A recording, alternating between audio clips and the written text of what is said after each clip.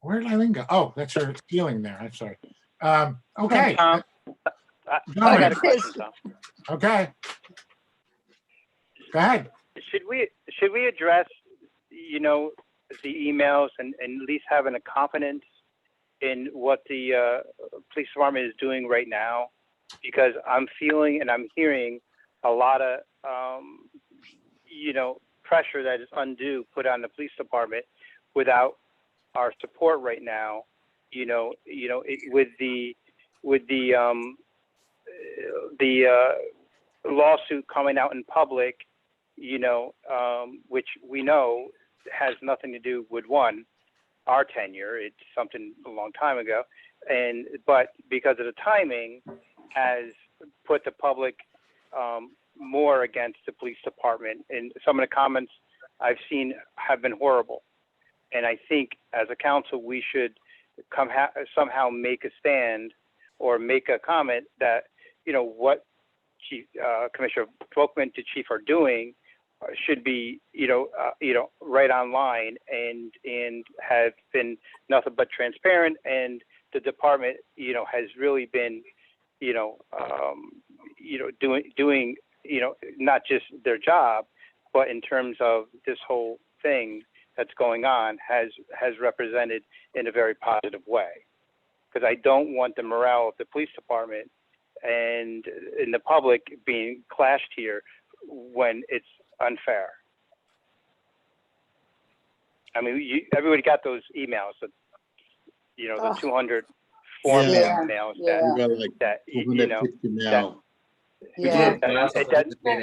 We did, but I also participated in a community march on Sunday, and it was the second one in the week. So there definitely is it's time for a conversation here. It doesn't mean we have to bash the police department, but it's long overdue, and this is what's happening nationwide. We're feeling it here locally. The emails are annoying to a degree, but I'm also personally, I'm happy that there's a nationwide conversation now in terms of reevaluating the roles of the police department. I'm not talking about abolition, but broadly talking about more community engagement with the police. And we have a good chief, we have a good commissioner, but there's good rank and file members in the police department here, and they're good to interact with. But there is real concern in the community about policing, and it's not. I don't think it's hysterical. I think it's long overdue. Yeah, and it doesn't. And Hudson interacts with the country. One at a time. I just wanted to add that I've received plenty of real letters from members of the community that have been very thoughtful, hoping to have this conversation happen. So it's not just the the blanket email. Yeah, I think it's our job to steer the conversation in a healthy way, but we should definitely recognize that we hear the public, because it's not just people from around the country who are sending emails. There were hundreds of people at the march on Sunday from Hudson, and last week as well, the mayor had a well-attended march. So, the people of this community want to have a conversation about the police department. We should be open to it. So, John, do you have a specific idea in mind? I mean, I absolutely agree with you. Number one, I just want to get that out. But do you have a specific idea of how this conversation might take shape? Well, to Dominic's point, we should make sure that we do it in a manner that's fair. But we have to be very honest about the role of policing in our community. And if I would say, a lot of keep pushing toward transparency, a policy that really defines what and that's accessible to everyone when they come to the City of Hudson's website or the police department's website, like clear things for the community to be able to engage and understand with what their police are doing, and try to really listen to the people in this community who feel that for right or wrong, that they don't see that that their interactions with the police are fair.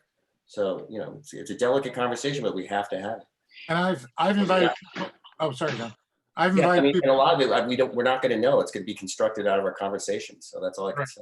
Yeah, no, I think. And the police committee meetings and the finance committee meetings are appropriate places to discuss some of the things. Eileen was next. Yeah, I just want to make sure that our conversation is about our local police specifically, because I think we're better positioned than a lot of what we see happens other places. Yes, I agree. You know, I think I think Very true. we're lucky, we're smart that the city has the leadership that it has in the commissioner and the chief and the officers. But I'm sure that there are experiences that people want to talk about, you know, right here within Hudson. And I think that's a good idea. And, you know, I have to say, I've had good I'm- interactions with I've had good interactions with the Hudson Police Department, but then again, I'm a white male, so, you know. Right, and I get that.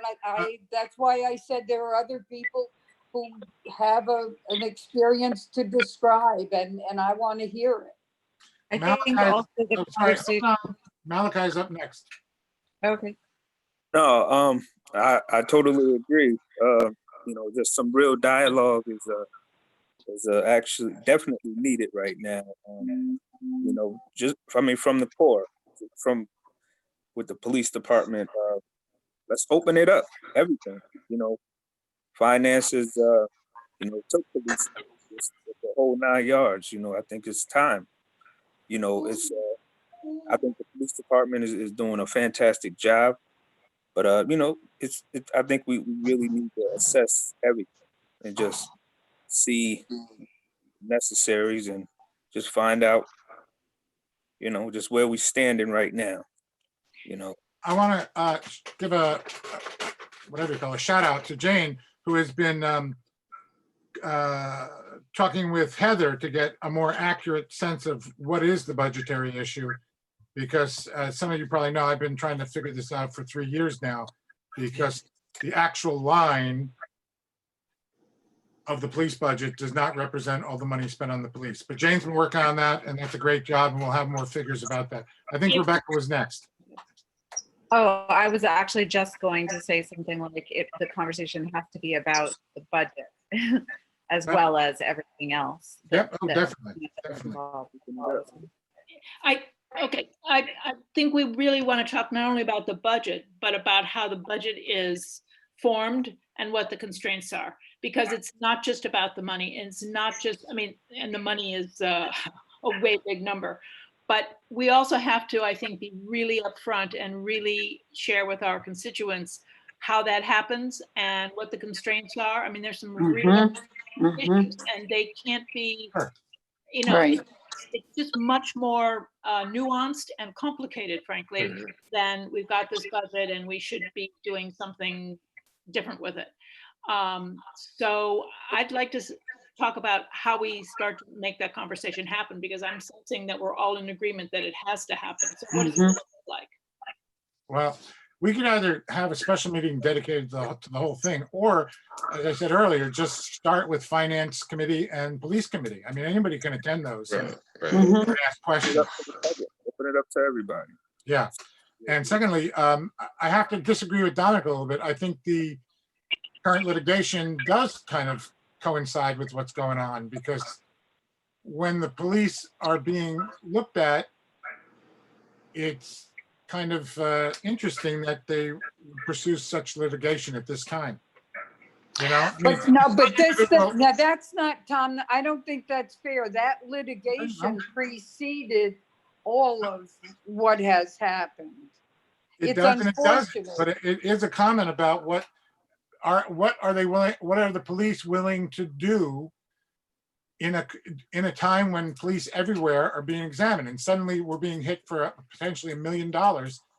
I think that it's just, I'm talking about I think the point Tom wants to make and why it's relevant for the litigation, it's all tied together. It's a matter of available resources True. the city has, and the fact that this was sort of this was an unprecedented ask, if you will, or demand from someone in the rank and file, which was, you know, supported, however, by the union or whatever, you know, is what puts the city, you know, heightens the city and puts it into greater financial straits forgetting everything else that's going on. So they certainly are related when you're looking at questions of what's the budget for the police department.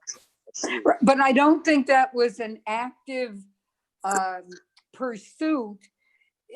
I think it was a person retiring who probably felt all along, who had been there for the various contract iterations, knew that that clause was in there. I think the timing is bad, but Well, regardless. Yeah, that's what, Go ahead, Dominic. I'm sorry, that's what I meant because of the timing, because with that being out there and with the way the public is now, I Right, think that is right. now is going to hamper our litigation and our leverage, because now it's going to have the public against the police department in an unfair way, because, however this is done, it was done, basically whatever the contract, the Right. contract lawyer way back when, someone didn't dot their I across the, or somebody didn't read it, or whatever, because this is not a standard, from my understanding. This is Right. not a standard retirement. So Right. I think it's something that we really need to say. It is what it is with the litigation, but we can't use that as as a negative leverage to try to come to some kind of negotiation. I think with all being said, the conversation that's going to happen in this community going forward, it's going to be our job to balance it and make sure that it's Yes. all parties involved. But, Yep. nationwide, I have to agree with the nationwide push. Mhm. The evaluation of police practices across America and locally is long overdue.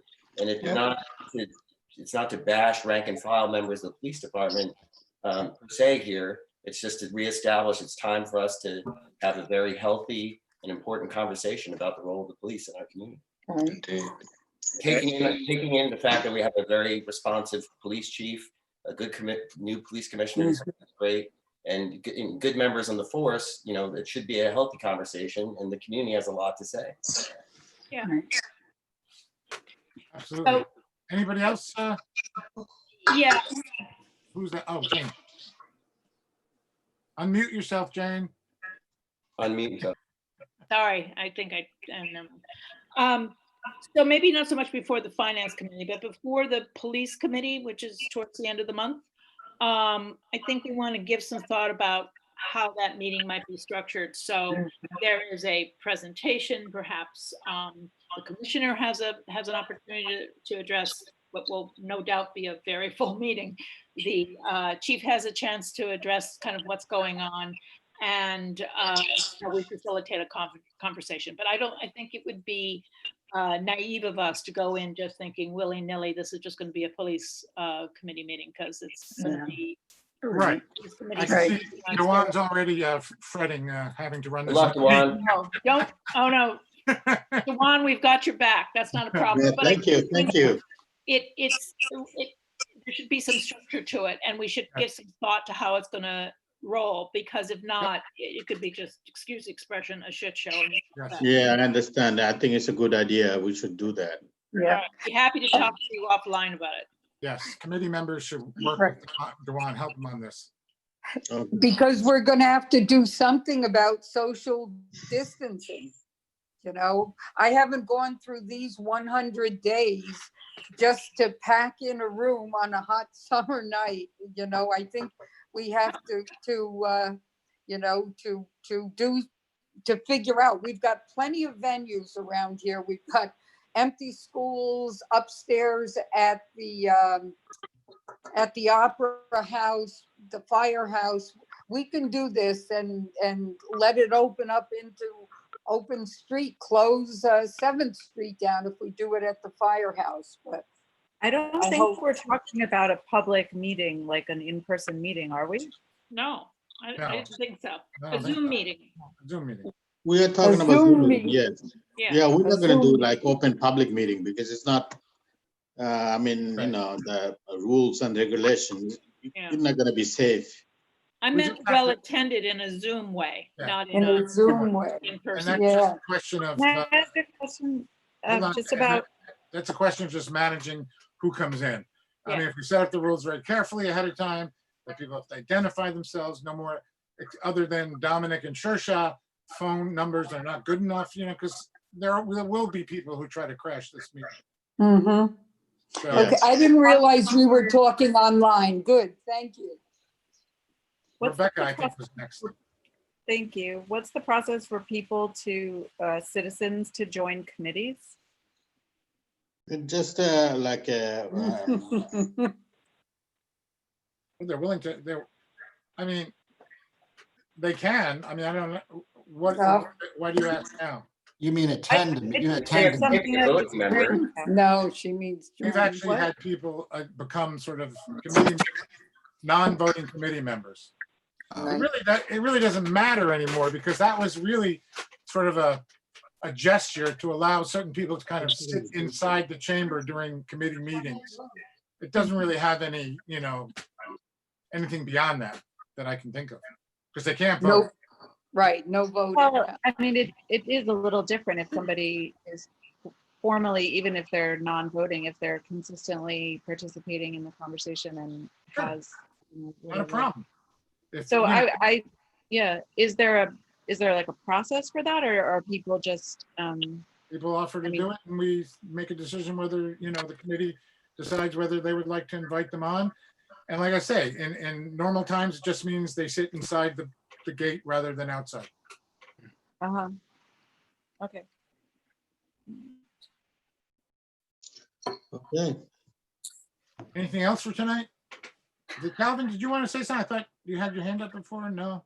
Oh, no, I didn't have my hand up, but I'm on board with definitely, open that conversation up to the community. Okay. Mhm. Okay. Anything else? Or, who's that?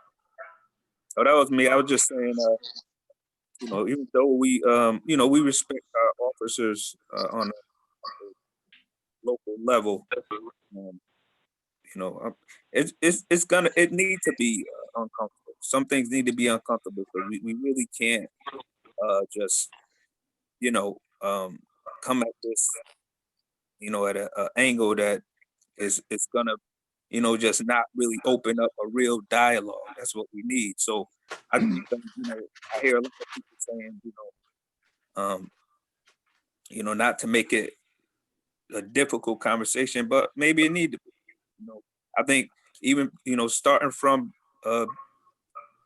just the when you go on the level of just you're dealing with the union. I think we need to open it up. We need to just open up everything. And I'm just bringing it up again, just so everybody understand that we are the council of the city, but we need to be as transparent as possible, and we need to let everybody realize that this is a real situation, and I don't want anything to be overlooked either. Sure.